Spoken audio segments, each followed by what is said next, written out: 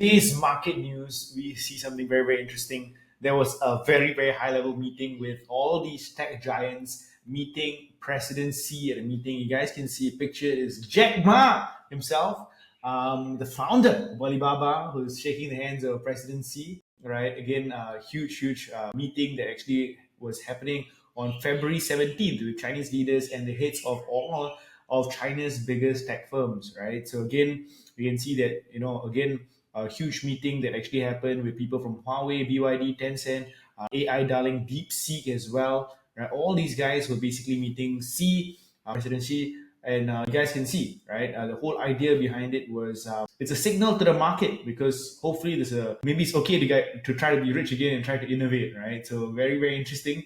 Right? And the reason why this was actually being said was very simply, well, the last couple of years there were many policies that hit many of these companies really really hard. If you remember, Alipay, right? So again, one of the biggest companies that was about to list, had its listing actually pulled after China intervened. There were, many instances where companies like TT basically had their entire listing campaign ruined because of Chinese officials, right? And there's a lot of problems, right, that many of these tech giants actually faced because of President Xi's policies. But obviously, right now, again, the whole idea behind it is this presidency is obviously trying to really revamp everything and really encourage innovation again in China, maybe possibly without repercussion. It is a prime time for private enterprises and entrepreneurs to give full play to the capabilities, right?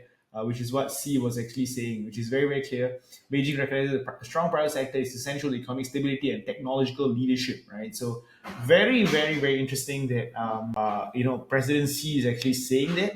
Very, very interesting. And again, China hasn't been doing very well, right? Like there's been slowing growth, weak spending, aging population, all that, right? So again, I think it's time that President Xi takes advantage and empowers the tech leaders to basically really do something about this situation, right? So I think that's exactly what is happening right now, and I think it's absolutely incredible. Yeah, man. So again, maybe there might be some opportunities on the horizon, right? Obviously, with Trump coming aboard as well, obviously he's not going to sit down and let America take the lead. I assume the meeting was crazy. The meeting was such that they were saying, "Hey, look, let's go, let's kick this American ass." Right? Maybe. All right. I don't know, but he obviously sees obvious threats coming from America, and China has to do something about it. They're not gonna sit there lying down, right? So, anyways, just having a quick look.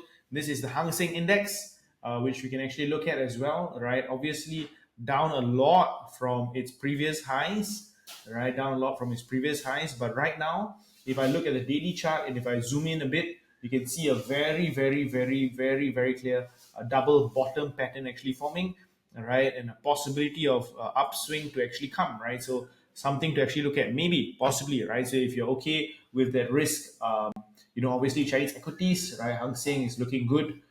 If you actually have a look at Baba has awakened, right? It's quite interesting, but Baba has somehow actually awakened, right? Right, if I can actually show that. You can see this is Baba, and Baba, really taking some good traction. Right, again, Baba looking good, recovering after the news. Baba hitting a high, good jump. Pre-markets we up about to $228. Again, this is off really a lot from its previous highs of nearly over $300, right? So again, after this multi-year low, it's slowly starting to recover, and you guys can see, right now we've just broken above the 200 EMA, and maybe a good sign to come, right? So that's basically what we're seeing with the Chinese economy. Pretty interesting. Let's go.